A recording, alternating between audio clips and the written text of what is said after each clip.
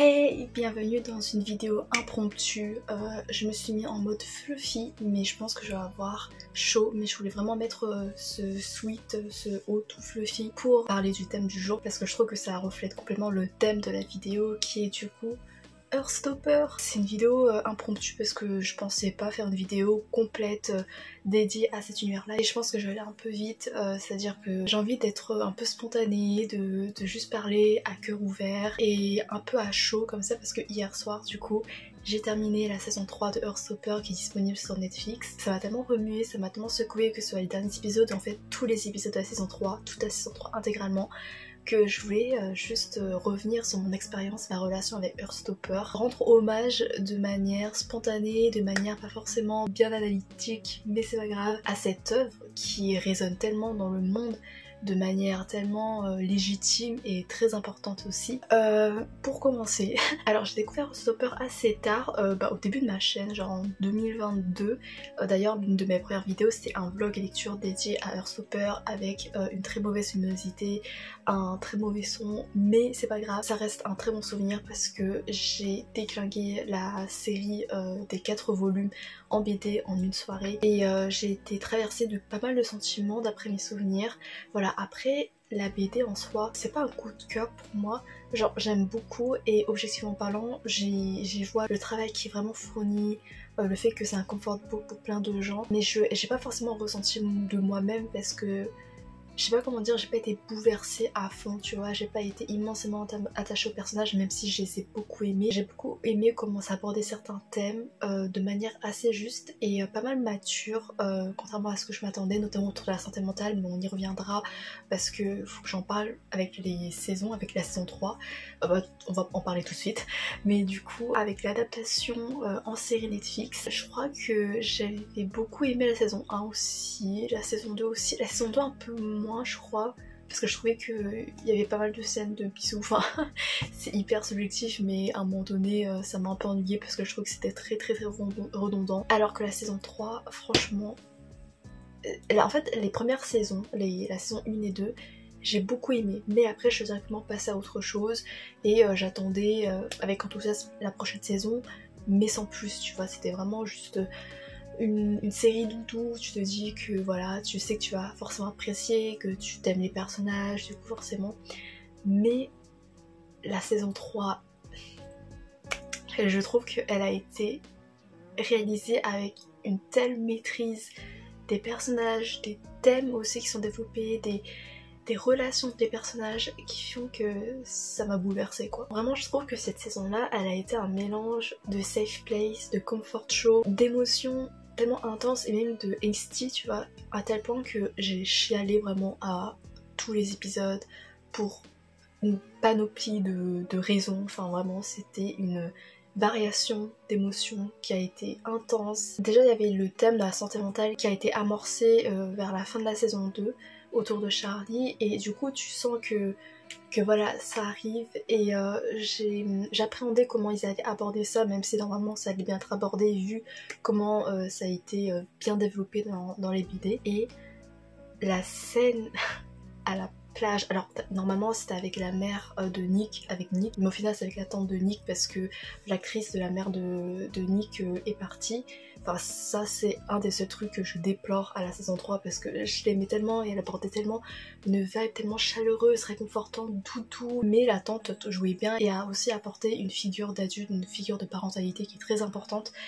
Et la scène à la plage m'avait vraiment impactée dans la BD parce que je me rappelle que c'était la scène où je m'étais dit waouh, Heartstopper, faut qu'elle soit lue par tout le monde en fait, par les jeunes, par tout le monde, parce que la manière dont ça développe la position de l'être cher par rapport à la personne qui est en situation de handicap, qui est malade, c'est tellement bien nuancé et c'est tellement important de se rappeler tout ce qu'il y a autour de ça et de légitimer la souffrance aussi de l'être cher qui est un accompagnant, et la détresse de Nick, les paroles de la tante, enfin oh la scène elle était tellement incroyable, et c'est une scène tellement importante, et du coup c'était la scène la plus importante pour moi dans les BD, et ça a été vraiment bien retranscrit du coup incroyable. Ce qui est cool aussi, c'est que ça c'est pas limité à la maladie mentale de Charlie, ça apporte plein de trucs. Et du coup, petit à petit, au fil des épisodes, la maladie mentale, elle devient secondaire pour montrer que Charlie n'est pas défini par cette maladie. Enfin, c'est quelque chose qu'on va pas négliger et qui apporte son lot de soucis, de malentendus, d'obstacles quotidiens, mais avec beaucoup de communication, on peut surmonter ça et on peut faire autre chose, plein d'autres choses. Et c'était tellement bien communiqué dans la série qui font que malgré ce sujet très dur, ça reste hyper lumineux. Ça essaye de montrer également quand ça va mal. Trigger warning, mutilation, du coup t'as la mutilation qui est abordée, mais de manière un peu détonnée, en tout cas c'est pas montré, mais c'est sous-entendu assez pour que ce soit abordé de manière sérieuse mais pas violente, pour pas trop choquer ou pour pas trop trigger les gens, tu vois. C'est très informatif par rapport aux minorités, par rapport aux personnes, aux différentes orientations sexuelles et tout, et la manière dont les gens peuvent soutenir ces causes-là. Ça va un peu mettre en avant des situations qui peuvent être assez maladroites, voire très blessantes vis-à-vis des gens concernés, mais encore une fois c'est pas violent et ça peut vraiment rappeler à l'ordre certaines personnes et démontrer ce qui peut être toxique et malsain sans forcément condamner les gens. Enfin par exemple dans la saison 1 t'avais Imogen, c'était un peu son cas, parce que là après elle a évolué, même si elle a encore des comportements un peu blessants, mais genre c'est pas condamnable éternellement, tu vois, parce que c'est quelqu'un qui grandit, c'est quelqu'un qui apprend ses erreurs, qui se découvre, et j'aime beaucoup cette place qui est laissée aux gens qui apprennent, qui n'ont pas forcément l'habitude de ces sujets-là, qui ne sont pas les principaux concernés par l'homosexualité, par la transidentité, etc. C'est par exemple des gens qui vont côtoyer ces personnes-là et qui n'ont pas forcément les bons outils pour bien communiquer, et du coup cette série ça peut les accompagner également, même s'il y avait des moments vraiment qui étaient hyper blessants et où j'avais envie de condamner éternellement certaines personnes à la souffrance parce qu'ils faisaient souffrir mes enfants adorés, hein. Vraiment la scène de elle à la radio, enfin je crois que cette scène elle était même pas dans les BD, je sais plus, je sais vraiment plus, mais j'ai l'impression qu'il y a eu un ajout de scènes qui sont assez pertinentes, enfin notamment autour d'Isaac, autour de la sexualité, autour de la romantisme. Et ce que j'aime trop dans cette saison et ce qui m'a terriblement touchée, c'est que alors la romance elle est adorable, hein. Vraiment tous les couples ils sont adorables et tout, c'est cool, mais si vous avez regardé quelques vidéos sur ma chaîne, vous savez peut-être que la romance j'en ai rien à taper, enfin dedans c'était beau, mais j'accorde beaucoup moins d'attention à la romance qu'à l'amitié. Ce qui m'avait touchée notamment dans les romans d'Alice Oseman, genre Loveless, Radio Silence, I Was Born for This, c'est le portrait et la mise en avant tellement intense et puissante de l'amitié, et c'est pour ça que j'ai beaucoup plus été bouleversée par les romans que par les BD d'Heartstopper, même si j'aime beaucoup les BD d'Heartstopper, mais je trouve que on est plus centré sur la romance, même si j'aime bien comment la romance est développée autour de la communication, autour du fait qu'ils peuvent pas s'isoler, tu vois, et que toutes les autres relations sont importantes. Mais je trouvais que c'était moins mis en avant cet aspect-là, cet aspect des autres relations dans les BD que dans les romans ou dans les séries. La saison 3, j'ai l'impression que c'est un mélange de l'atmosphère, des thèmes, des relations, comment elles sont développées dans la BD et comment elles sont mises en avant également dans les romans. Notamment, il y a des personnages qui sont que dans les romans, notamment Michael qui est le poteau, le bro de Tori. Lui il fait partie de Solitaire, voilà, qui est le roman dédié à Tori et à Michael, mais j'ai pas aimé Solitaire. Je sais pas du tout comment a été abordé le sujet de la santé mentale. J'avoue j'étais un peu amère parce que j'ai vu Michael, j'étais ok, il y a même Michael, mais il y a même pas Aled qui est censé être l'un des meilleurs amis de Charlie, du coup qui a été remplacé par Isaac, et même si j'adore Isaac, mais j'étais un peu amère parce que Aled c'est vraiment mon personnage préféré parmi tout le Oseman Universe confondu. Mais je crois que c'est parce que l'autrice avait dit qu'elle projetait de faire un truc à part autour de Aled et de Francis, autour de Radio Silence. Et je l'espère parce que c'est... Bon bref, j'y reviendrai peut-être après. Mais je me suis perdue.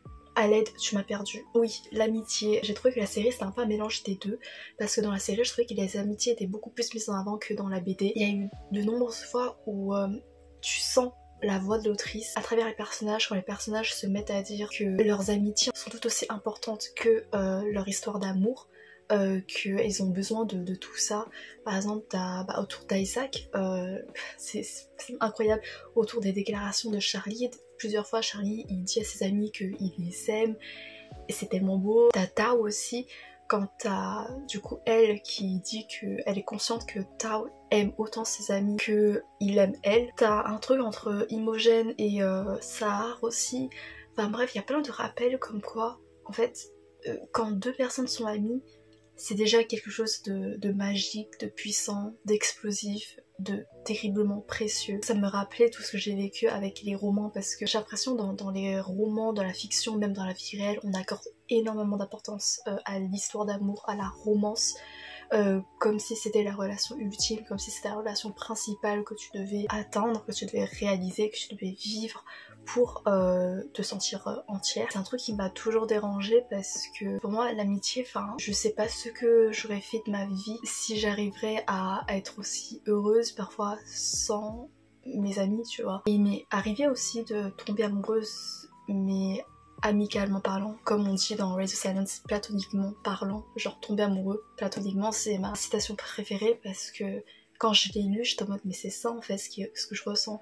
Il y a des fois où quand je me rends compte que je suis en train de tisser des liens amicaux, mais tellement précieux, tellement purs, avec des gens qui m'acceptent comme je suis, j'ai des papillons dans le ventre, tu vois. Et ça par contre, on le développe pas forcément dans les romans. C'est toujours ramené à la romance comme la relation la plus forte, la plus intense. Le fait que dans ces romans-là, j'ai lu des déclarations d'amitié, mais d'une profondeur et d'une justesse qui m'ont assailli, qui m'ont impacté, qui m'ont bouleversée, dans lequel je me suis reconnue. J'étais en mode mais merci, en fait je me suis sentie représentée en quelque sorte et légitimée dans ma conception de l'amour avec un grand A. Le fait qu'il n'y ait pas de hiérarchie, que tous les amours se valent et que l'amitié peut être aussi important que la romance. Et bah ça fait que j'ai perdu le fil de ma phrase et je sais plus si je dois raccrocher une proposition de subordination à ma phrase ou pas, je sais plus. Bref, mais dans tous les cas pour... Putain c'est horrible, je pars dans tous les sens, je sais plus. Mais dans tous les cas pour vous dire que j'aime terriblement ces romans, parce que ça rappelle plusieurs fois que l'amitié vaut autant que la romance, et ça célèbre l'amitié à sa juste valeur. Il y a des phrases terriblement impactantes. Hier du coup, quand je regardais la série, ça m'a fait repenser à ce que j'ai pu ressentir avec les romans, et j'en ai pleuré en fait, parce que je me suis rappelée de la sensation terriblement bienveillante, terriblement enveloppante, tellement douce et tellement réchauffante dans ces romans-là, parce que je me suis sentie comprise. À la fin de cette série, j'étais genre merci, parce que ça a vraiment complété le format de la BD avec une beauté et une profondeur et une richesse relationnelle qui m'avait manqué dans la BD pour vraiment me bouleverser. Donc voilà, j'ai un beau coup de cœur pour cette saison 3. Petite mention spéciale à mon personnage préféré qui est Tao. Parce que Tao, je l'aime trop, parce qu'il a des défauts en amitié, il a des insécurités, voilà, il est pas parfait, tu vois, il est exubérant, il est entier dans ses sentiments, il est excentrique, il est partout, il est incroyable. Il a une richesse qui est démontrée de manière mais tellement impactante, et tout le long il avait un potentiel d'évolution, d'épanouissement personnel, de prise d'indépendance également, qui font que ça le rendait tellement relatable et terriblement inspirant.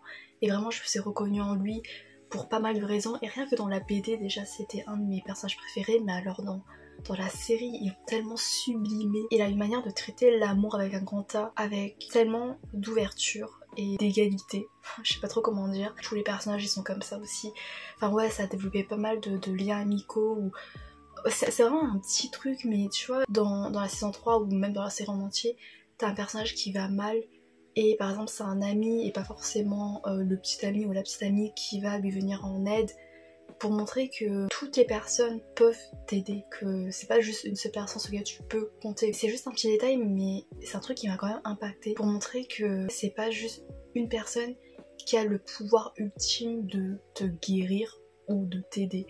C'est un truc ouais, qui m'avait pas mal dérangé dans pas mal de romances. Bref, voilà. Donc je voulais brièvement revenir sur les romans également, parce que les romans c'est là où ça constituait mon coup de cœur pour l'univers d'Alice Oseman, parce que incroyable. J'avais commencé avec Loveless, ce qui m'avait intéressée parce que je voulais un roman où il n'y avait pas de romance. Et Loveless c'était un choix parfait puisque ça parle d'asexualité et d'aromantisme. Et vraiment ça m'a permis de grandir, d'ouvrir mon esprit, de mieux connaître les nuances autour du prisme de la sexualité, de l'aromantisme, parce que j'avais beaucoup de préjugés et en fait non, c'est plus compliqué, c'est plus nuancé que ça, donc vraiment merci. Et surtout c'est une ode à l'amitié comme j'en ai rarement lu. Quand j'ai lu pour la première fois ce roman, et j'étais en mode mais merci Alice Oseman. Genre les fois où elles sont en mode pourquoi je devrais culpabiliser ou ne pas me sentir complète si je suis vouée à ne jamais connaître la romance alors que j'ai déjà mes amis et que je les aime comme ça et que c'est comme si j'étais amoureuse de mes amis, enfin bref voilà, des trucs comme ça. Et ça m'a trop donné envie de relire Loveless quand je découvrais Isaac autour de son arc à lui. Et au final ça a romantisé l'amitié en fait, et c'était trop beau. Ensuite j'ai lu Solitaire, je sais même plus où il est. Putain je suis mimi. Ouais, il est là. Ensuite j'ai lu Solitaire que j'ai pas forcément aimé parce que ça dit This is not a love story. Voilà.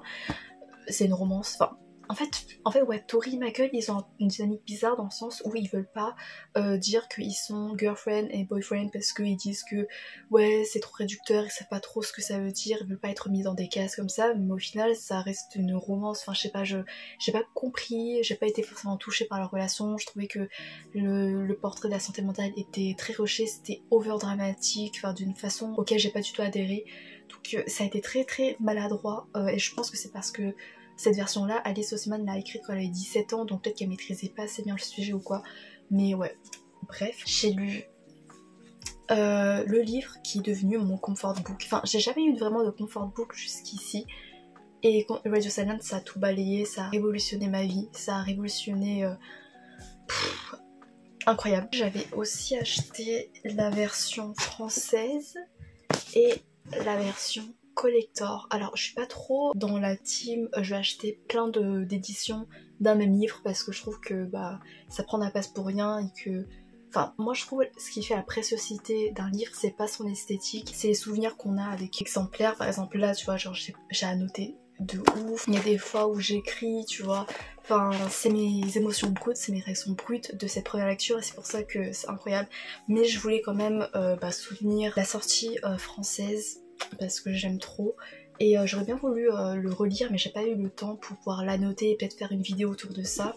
Et j'avoue que j'avais craqué pour l'édition collector quand même parce que à l'intérieur il y a ce fanart de Aled et Francis qui sont les protagonistes de cette histoire là et ce sont des personnages qui m'ont intensément bouleversée, dans lesquels je me suis énormément reconnue, qui m'ont permis de faire une thérapie personnelle sur mon moi adolescente. Enfin c'est un truc de ouf, vraiment genre en fait ils ont réussi à légitimer certaines pensées, certains sentiments qui me traversaient quand j'étais ado et que j'avais réprimé parce que je me suis dit meuf tu dramatises trop, c'est pas si grave que ça, t'es pas en danger de mort ou blablabla, alors qu'en fait bah, ce sont des trucs qui me hantent encore maintenant, tu vois, qui m'ont forgé la moi d'adulte de manière plus ou moins dramatique. Au final je me tâte à acheter une autre version anglaise où t'as ce fanart, enfin ouais cette illustration en guise de couverture carrément, mais je me dis est-ce que je vais dépenser de l'argent pour acheter autant d'exemplaires alors que je vais peut-être jamais les lire, je sais pas, mais en même temps ils sont trop beaux.